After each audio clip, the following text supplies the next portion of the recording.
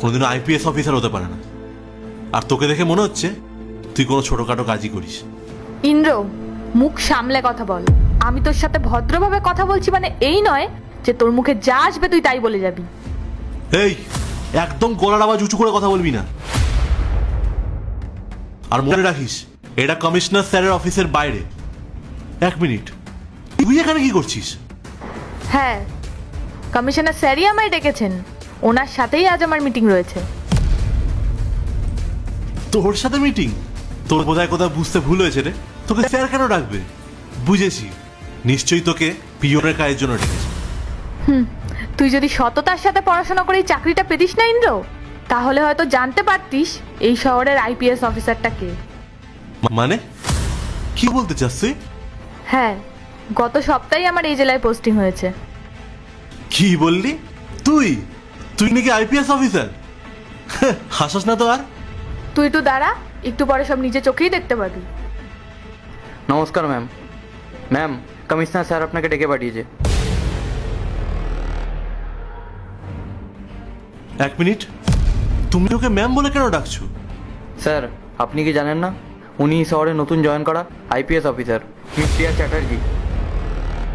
কি?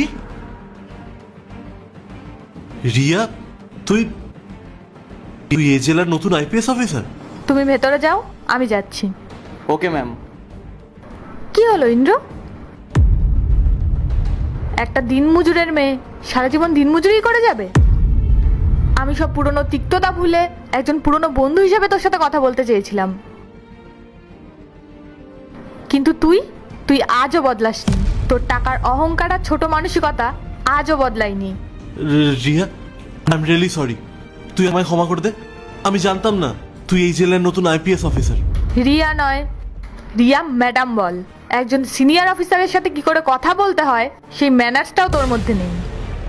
নাম ধরে ডাকছিস কোন সাহসে?